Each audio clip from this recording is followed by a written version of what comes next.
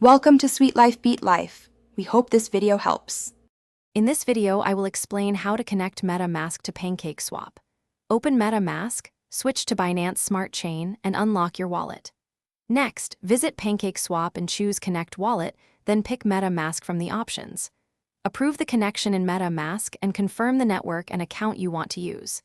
After connecting, you can swap tokens, provide liquidity or stake, while staying mindful of gas and security.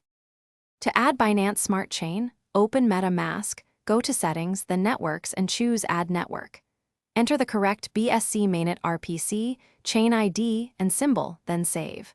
Once added, switch to the BSC network from the Network dropdown before visiting Pancakeswap. This ensures you interact with the right blockchain and avoid costly mistakes.